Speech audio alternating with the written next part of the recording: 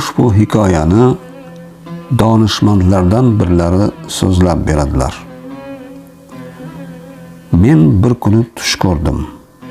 Tushimda quvnoq va shodon yurgan o'liklar jamoasi ortidan ketayotgan ma'yus keksa cholga nigohim tushdi. Men undan nega mahzunsiz? Bunday qattiq xafa bo'lishingizga nima sabab deb so'radim. U javoban ana u shod xurram yurganlarga atab oila a'zolari, yaqinlari yaxshiliklar qilib sadaqalar ulashib turadilar. Menga atab esa hech kim sadaqa qilmaydi. Zurriyotingiz yo'qmi deb so'radim undan. Nega endi? Albatta zurriyotim bor. Uning ishi daryoda. U matolarni yuvib kun kechiradi. Donishmand hikoyasida davom etdi. Men uyqudan uyg'ongach daryo tomon yo'l oldim va u yerda marhumning o'g'lini uchratdim. Matolarni tosh ustiga qo'yib, tor deb yuvayotgan ekan. Undan qiziqib so'radim. O'g'lim, bu nima deganing?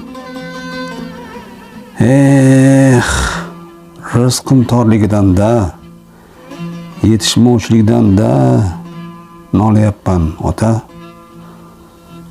dedi. Vafot etgan otangga atab hech sadaqa qildingmi deb so'radim. Dunyo molidan hech vaqoyim bo'lmasa, qanday qilib ularga sadaqa qilay? Arzimagan oddiy narsang bo'lsa ham chiqarib sadaqa qilib yuborgin, bolam. Yigit mening gaplarimdan g'azablanib, chelagidagi suvdan 3 cho'mich oldida qirg'oq tomon uloqtirib dedi. Mana shu otamga qilgan sadaqam bo'lsin.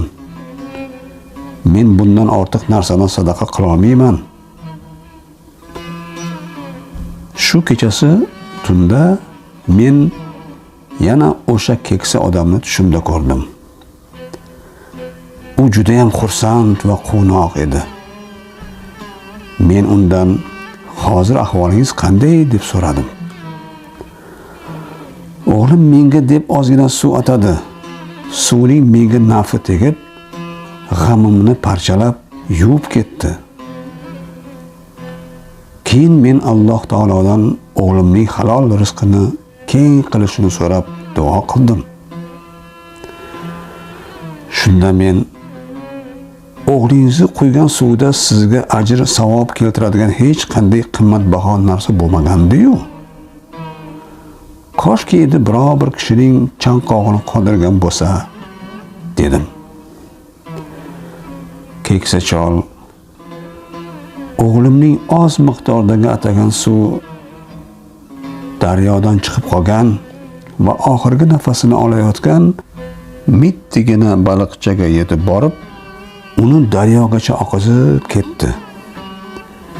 Shunday qilib ozginagina suv xushsiz yotgan baliqchani o'limdan qutulib qolishiga sababchi bo'lib qoldi. Mana shu o'g'lim tomonidan kelgan xayrligi tufayli Alloh taolo meni karomatladi. Men esa Alloh taologa duo qilib, o'g'limni bu dunyosida ham, oxiratida ham xayrlik bilan rizqlantirishini so'rab duo qildim. Donishmand o'z so'zida davom etib, oradan bir necha oylar o'tgach, yigitni mol davlati ortib, boy va badavlat bo'lib ketganiga o'zim guvohi bo'ldim, dedi.